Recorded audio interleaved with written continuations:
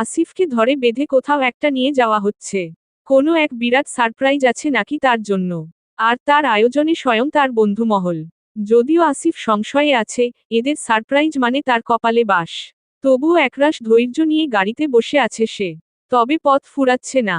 মূল শহরের বাইরে চলে এসেছে ইতিমধ্যে। আরও কতদূর, কোথায়, কিসের সারপ্রাইজ প্ল্যান করেছে আল্লাহই জানেন। এক পর্যায়ে আসিফের ধৈর্যের বাঁধ ভাঙল। বিরক্ত হয়ে ভ্রু কুঁচকে বলল, আরে ভাই, কোথায় যাচ্ছি সেটা তো বল। অলরেডি রাজশাহী ছেড়ে এসেছি। আরও কতদূর? শাওন বলল, চুপচাপ বসে থাক না ব্যাটা। সবুরে মেওয়া ফলে। নীলা বলল, আর সবুরের সময় যত দীর্ঘ, মেওয়ার স্বাদও তত মিঠা। বন্ধুদের এমন পাগলামির সামনে আসিফ বরাবরই অসহায়। গাড়িটা একসময় মেইন রোডের ব্যস্ততা ছাড়িয়ে ছোট রাস্তার মোড়ে এক নিরিবিলি রিসোর্টের সামনে এসে থামল। এখানকার চারপাশটা বেশ ছিমছাম। গাড়ি থেকে নেমে নীলা আসিফের হাত ধরে এক প্রকার টানতে টানতে রিসোর্টের ভেতরে নিয়ে গেল।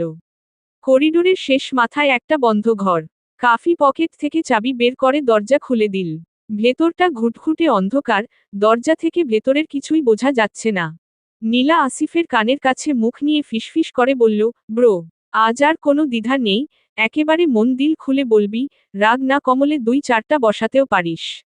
শাওন পেছনে থেকে ওর পকেটে একটা ছোট বাক্স ঢুকিয়ে দিয়ে আচমকা এক ধাক্কায় ঠেলে ঘরের ভেতরে পাঠিয়ে দিল। এরপর দরজাটা ফের বাইরে থেকে ভিড়িয়ে দিল। বিস্মিত আসিফ অন্ধকারের মাঝে একটু থিতু হয়ে দাঁড়াতেই এক ঝটকায় কয়েকটা লাল শেড দেওয়া বাল্ব জ্বলে উঠল।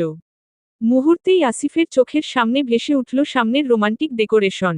ছোটখাটো পুরো হলঘরটা সাজানো। সিলিংয়ের গায়ে অসংখ্য লাভ শেপের লাল হিলিয়াম বেলুন ভেসে বেড়াচ্ছে, এ যেন ভালোবাসার লাল মেঘমালা। সামনের দেয়ালে বড় করে কিছু একটা লেখা জ্বলজ্বল করছে। তবে আসিফের সেটা পড়ার ধৈর্য হলো না। ও শুধু চোখ বুলিয়ে দেখেই চলেছে। বন্ধুদের এমন কাণ্ডের কারণ ওর মাথায় এখনো ঢুকছে না। চোখ ঘুরিয়ে হঠাৎ ঘরের এক কোণে চোখ পড়তেই আসিফের রক্ত হিম হয়ে এল। দুই দেয়ালের কোণ ঘেঁষে কুঁকড়ে বসে আছে তুবা। হাত পা, মুখ, চোখ সব কালো কাপড়ে বাঁধা। চুল, কাপড় সবকিছুর আলুথালু অবস্থা। কোনো এক ভয়াবহ আতঙ্কে মেয়েটা দিশেহারা। চোখ বাঁধা থাকায় আসিফকে দেখতে পারছে না তুবা, তবে সজাগ কর্ণে কারো আগমনের ইঙ্গিত পেয়েছে ঠিকই।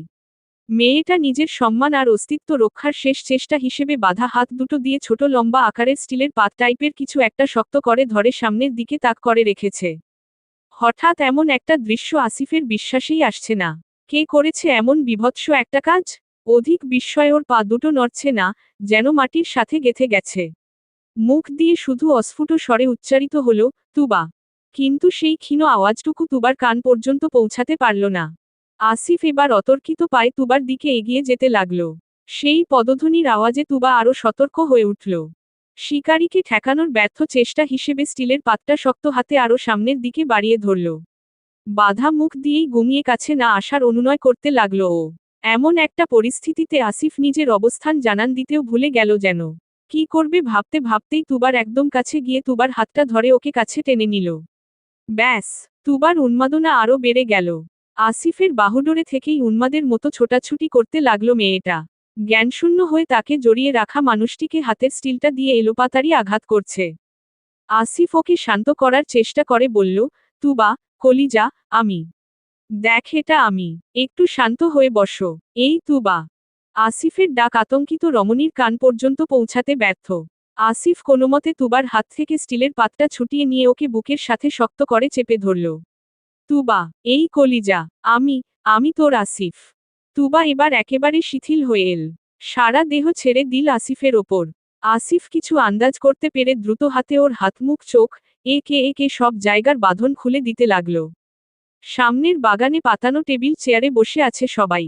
নোহা আসিফদের বদ্ধ ঘরটার দিকে তাকিয়ে ম্লান মুখে বলল, আমার না বিষয়টা ভালো লাগছে না। এটা একটু বেশিই বাড়াবাড়ি হয়ে গেল। দেখিস, আসিফ অনেক রেগে যাবে। নীলা বিরক্ত মুখে নোহার দিকে চেয়ে বলল, ভিতুর ডিম। সারপ্রাইজ মানে বুঝিস কিছু, মহিলা কোথাকার। কাফি কাঁধ চাপড়ে অভয় দিয়ে বলল, আরে ভাই, প্যারা নিচ্ছিস কেন? আমরা কি সত্যি সত্যি কিডন্যাপ করে ওর কিডনি খুলে নিচ্ছি নাকি? এবার আর কেউ কারো ওপর রাগ করে থাকতে পারবে না। সব ঠিক হয়ে যাবে। ওদের মিলিয়ে দেওয়াই তো আমাদের লক্ষ্য।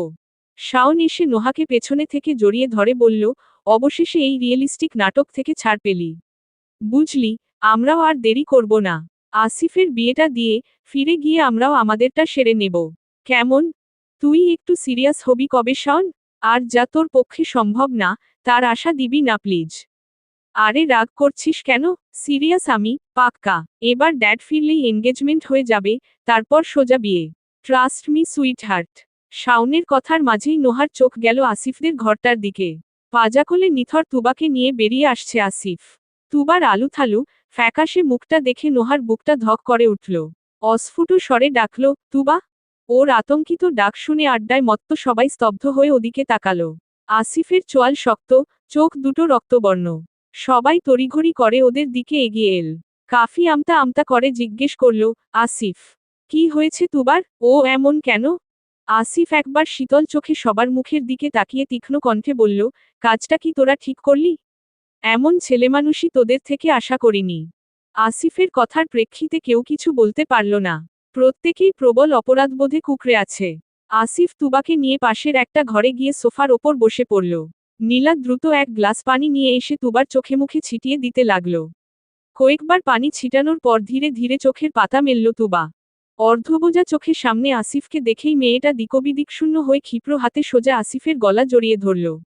ওর তপ্ত গলার ভাঁজে মুখ লুকিয়ে হাউমাউ করে কেঁদে উঠল মেয়েটা। আসিফ ভাই, এসেছো তুমি, এসেছো? আমাকে নিয়ে চলো এখান থেকে। ওরা ওরা আমাকে মেরে ফেলবে। ওই কালো মুখোশধারী লোকগুলো আমাকে মেরে ফেলবে। আমাকে নিয়ে চলো তোমার সাথে।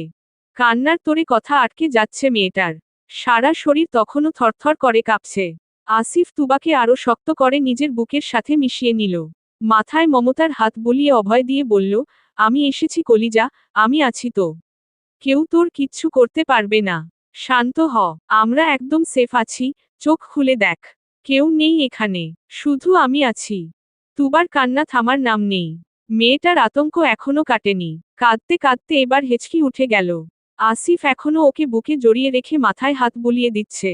কারণ যাই হোক না কেন, মেয়েটাকে বুকে নিয়ে ওর তপ্ত হৃদয়টা একেবারে শীতল হয়ে আসছে। ভালো লাগায় ছেয়ে যাচ্ছে ভেতরটা। মেয়েটা তাকে ভরসা করে, তার ওপর আস্থা রাখে বলেই তো এভাবে ঝাঁপিয়ে পড়েছে। তুবা আবারও অস্পষ্ট স্বরে আওড়াল, ওরা আবার আসবে। আসিফ ওর আস্থার হাত দৃঢ় করল। পাগলি, আমি আছি না, আমি থাকতে কে আসবে? সাহস কার, তোকে আমার বুক থেকে ছিনিয়ে নিয়ে যাবার? নোহা পাশ থেকে কটমট দৃষ্টিতে নীলা আর শাওনদের দিকে তাকালো। সবাই এক প্রকার মাথা হেট করে দাঁড়িয়ে আছে। তারা কেউই বুঝতে পারেনি বিষয়টা এতটা ভয়ঙ্কর হয়ে উঠবে আর তুবা এতটা ভয় পেয়ে যাবে। তারা তো সবসময় ওকে সাহসী আর প্রাণোচ্ছল মেয়ে হিসেবেই দেখে এসেছে। তাই ভেবেছিল সেও বিষয়টাতে মজা পাবে।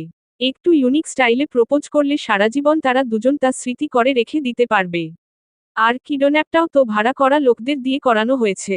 তাই তুবার আতঙ্ক আর মানসিক অবস্থা সম্পর্কে ওদের কোনো ধারণা ছিল না। আগে জানলে তো তুবাকে কিছুটা আভাস দিয়ে রাখত। সব থেকে বেশি অপরাধবোধ হচ্ছে নীলার। এমন একটা বুদ্ধি ওর মাথাতেই আসতে হলো। এমনি তো আর সবাই ওকে মাথা মোটা বলে না। নীলা এবার আসিফের পাশে বসে তুবার মাথায় হাত রাখল। আসিফ ইশারায় ওকে এসব বলতে মানা করে দিল। আসিফের ইশারা বুঝে নীলা তাদের প্ল্যান নিয়ে কিছু বলল না।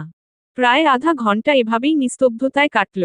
তুবার কান্না এখন পুরোপুরি থেমেছে, শুধু দীর্ঘক্ষণ কাদার ফলে মাঝে মাঝে শরীরটা একটু কেঁপে উঠছে। ও আসিফের বুক থেকে মাথা তুলে ধরা গলায় বলল, পানি, পানি খাবো। নোহা দ্রুত পানি এগিয়ে দিল। তুবা খেল। গ্লাসটা নোহাকে ফিরিয়ে দিয়ে বলল, তোমরা কিভাবে আমাকে পেলে? আসিফ তুবাকে আরেকটু নিবিড়ভাবে জড়িয়ে ধরল। ওর কপালে লেপ্টে থাকা এলোমেলো চুলগুলো আলতো করে সরিয়ে দিয়ে কপালে একটা গভীর চুমু খেল। এরপর একে একে নোহাদের পুরো পরিকল্পনাটা খুলে বলল।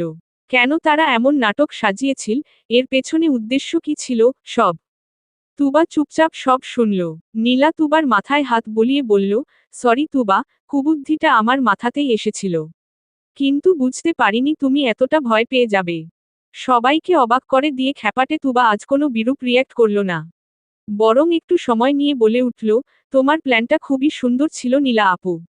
কিন্তু আমি সব সত্যি ভেবে ভয় পেয়ে তোমাদের সারপ্রাইজ ভেস্তে দিয়েছি। কত বোকা আমি। তুবার কথা শুনে নিমিষেই ঘরের গুমোট ভাবটা দূর হয়ে গেল। সবার উৎকণ্ঠিত মুখগুলো আগের ন্যায় হাস্যোজ্জ্বল হয়ে উঠল। কাফি আর শাওন একে অপরের মুখ চেয়ে ঘর থেকে বেরিয়ে গেল। রেড শ্যাডো লাইটের আভায় মুখোমুখি দাঁড়িয়ে আছে তুবা আর আসিফ। তুবার মুখে আর কোনো ভয়ের ছিটে ফোঁটাও নেই। এখন কেবল আছে কিছুটা লজ্জা, একরাশ মুগ্ধতা আর গভীর তৃপ্তি। আসিফ বুক ভরে লম্বা একটা শ্বাস টেনে নিল। পকেট থেকে মখমলের ছোট লাল বক্সটা বের করে ধীরলয়ে হাঁটু গেড়ে বসে পড়ল সে। মখমলের লাল বক্সটা তুবার সম্মুখে মেলে ধরে বড় আকুল কণ্ঠে বলল, আজকে আর ফিরিয়ে দিস না তুবা। এবার ফিরিয়ে দিলে হয়তো সত্যি সত্যিই চিরতরে হারিয়ে যাব। তখন হাজার তপস্যা করেও তোকে অসম্ভব ভালোবাসার এই কৃষ্ণবর্ণের মানুষটাকে আর খুঁজে পাবি না। তুবার নিশ্চল মুগ্ধ দৃষ্টি আসিফের মুখ থেকে এবার ওর হাতের দিকে নেমে এল।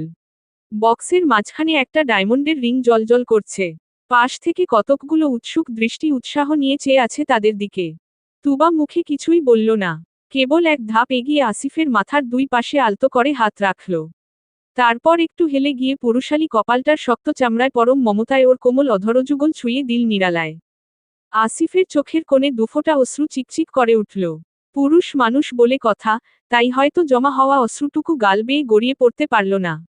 কিন্তু ও স্পষ্ট অনুভব করছে, শরীরের প্রতিটি শিরায় এক শীতল শিরশিরানি বয়ে যাচ্ছে। হাত পাগুলো যেন অবশ হয়ে আসছে এক অপার্থিব ভালো লাগায়। তুবা বেশ সময় নিয়েই আসিফের কপাল থেকে ঠোঁট সরাল। তারপর আবারও আগের জায়গায় ফিরে দাঁড়িয়ে ডান হাতটা বাড়িয়ে দিল আসিফের দিকে। মৃদু স্বরে বলল, পরিয়ে দাও। আসিফের হাত কাঁপছে, অসম্ভব হারে কাঁপছে। আশ্চর্য, তুবাকে তো সে এর আগেও আংটি পরিয়েছে। কই, তখন তো এভাবে হাত কাঁপেনি। সেই কাঁপা হাতেই তুবার অনামিকা আঙুলে আংটিটা বসিয়ে দিল আসিফ। এরপর ছোট্ট হাতটা মুখের কাছে নিয়ে উষ্ণ পরশেকে দিল হাতে। সাথে সাথেই 4 জোড়া হাতের করতালি আর শীষের শব্দে পরিবেশ মুখরিত হয়ে উঠল। আসিফ দাঁড়িয়ে পড়তেই তুবা এক লহমায় ওর বুকে ঝাঁপিয়ে পড়ল। কোথায় হারিয়ে যাবে তুমি? আমি হারাতে দিলে তো? তোমাকে আমার ভীষণ দরকার আসিফ ভাই। আমার নিজের স্বার্থেই সারাজীবন তোমাকে আমার গোচরে, আমার সাথেই থাকতে হবে।